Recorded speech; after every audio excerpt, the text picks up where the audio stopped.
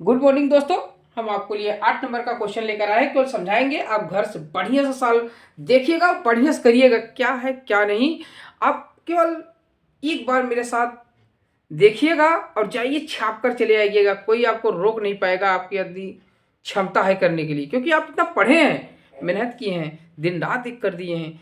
इसलिए आप पर हमको भरोसा है। आप जरूर सफलता पाएंगे। आपका पेपर बहुत अच्छा जाएगा। भगवान से मैं चाहता हूँ आपका दिन कल के लिए मंगलमय हो, 21 तारीख के लिए मंगलमय हो। हाई स्कूल वाले बच्चे बहुत अच्छे से करें, ये मेरी मनोकामना है।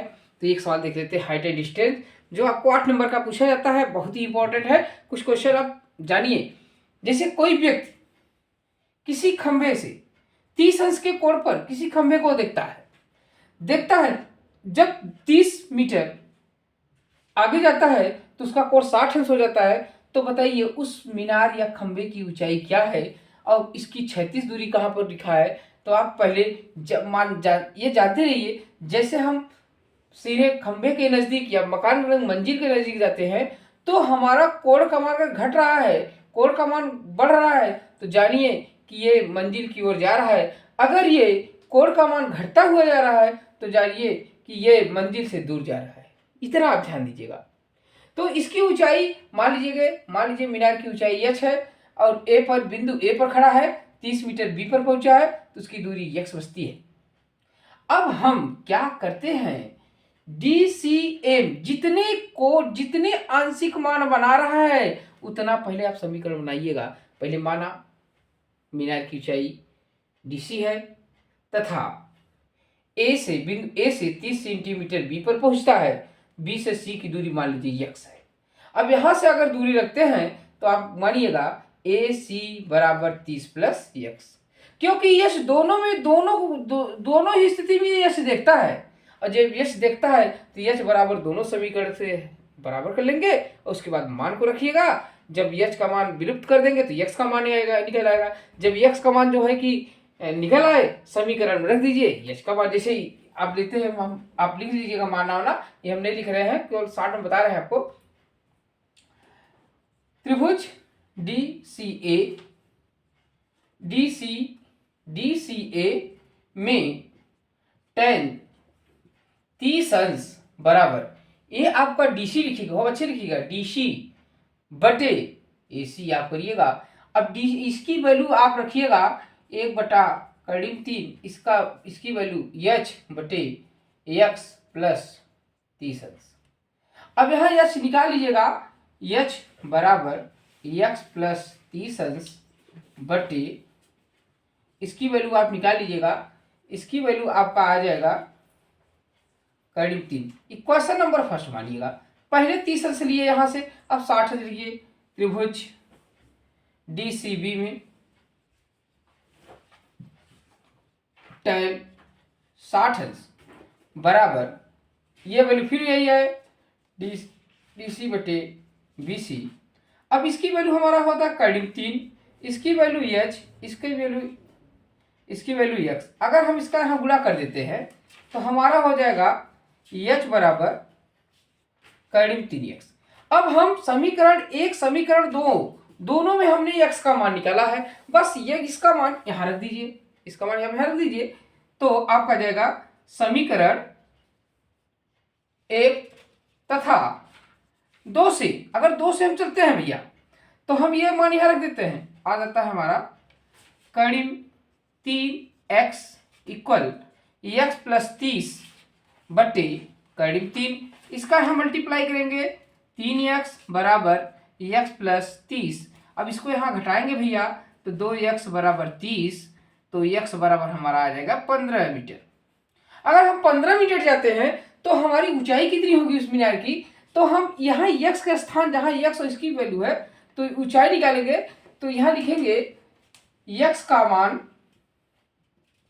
समीकरण 1 में रख रहे हैं। जब समीकरण 1 में रखते हैं आप तो आपका h की वैल्यू क्या आती है, h बराबर 3x, जो आप ये x का मान निकाले हैं, x का मान आपका आ जाता है सीधा 15 हो जाएगा, गुणा करेंगे आपका आ जाएगा 15 3 मीटर।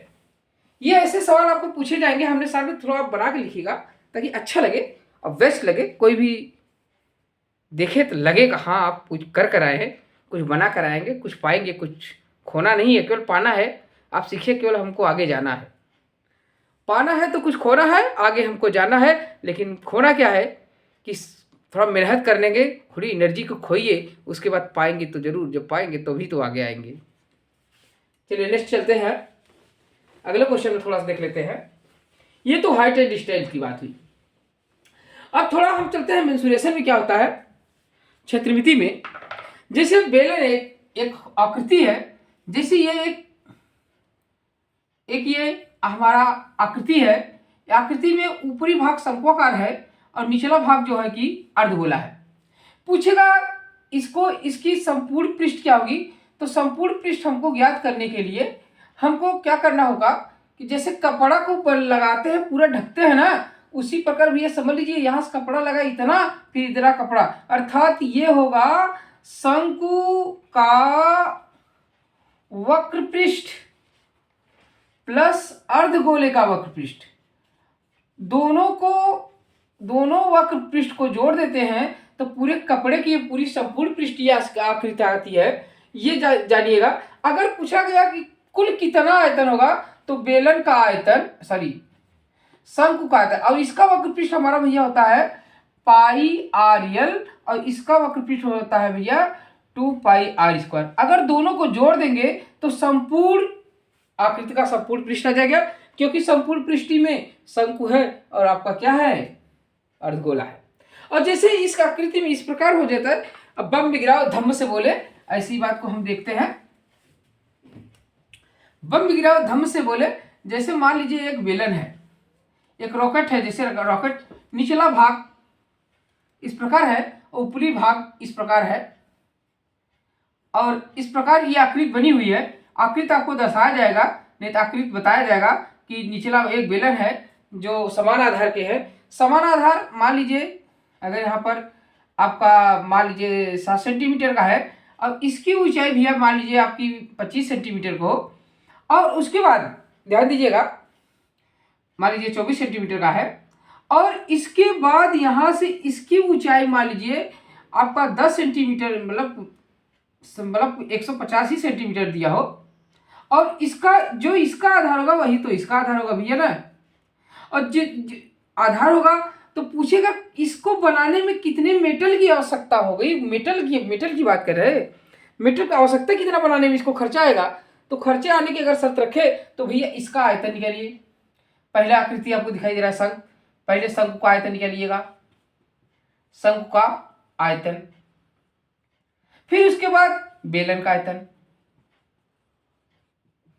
शंख के आयतन सूत्र भैया का निकालेंगे 1/3 पाई आर स्क्वायर, यहाँ इसका h1 मान लेंगे क्योंकि ये h1 की वैल्यू हो गई।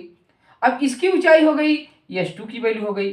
अब बेलन का आयतन निकालेंगे पाई आर स्क्वायर, h2 निकालेंगे। अब गोले का, इसमें गोला भी सेट है भैया, अर्धगोला है, अर्धगोले का होगा भैया 2/3 और पाई आर क्यूब।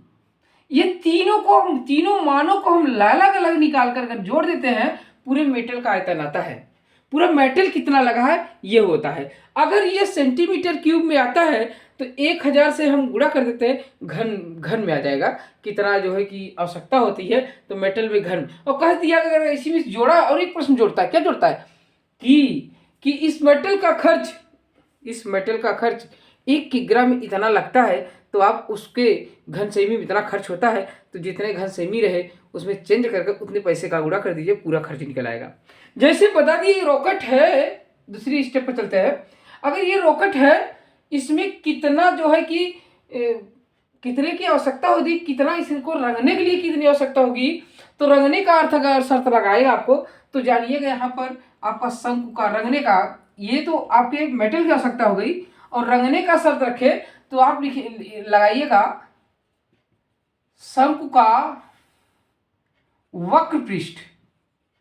शंकु का वक्र पृष्ठ जब लगाएंगे, एक होगा शंकु का वक्र पृष्ठ होता है भैया, आप ध्यान दीजिएगा पाई आर कोष्टक में r square plus h square, क्योंकि यहाँ एल नहीं दिया था तो हमको एल निकालना पड़ेगा। ये फार्मूला लगाइएगा आप, ये निकालिएगा।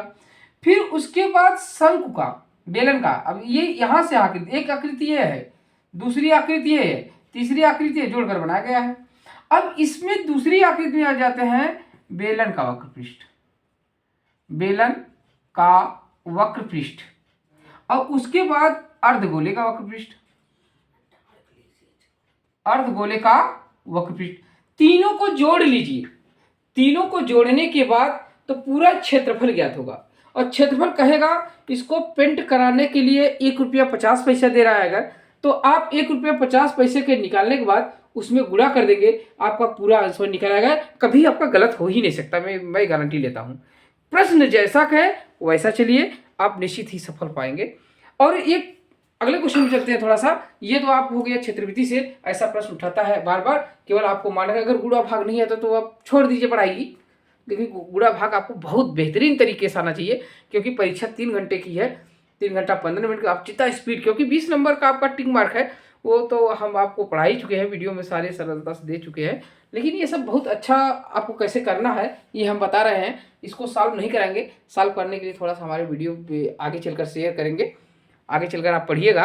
हम पढ़ाए इसके पहले भी क्लास में, लेकिन आपको आज आपको बता दे रहे हैं, अच्छे से मेहनत करिएगा।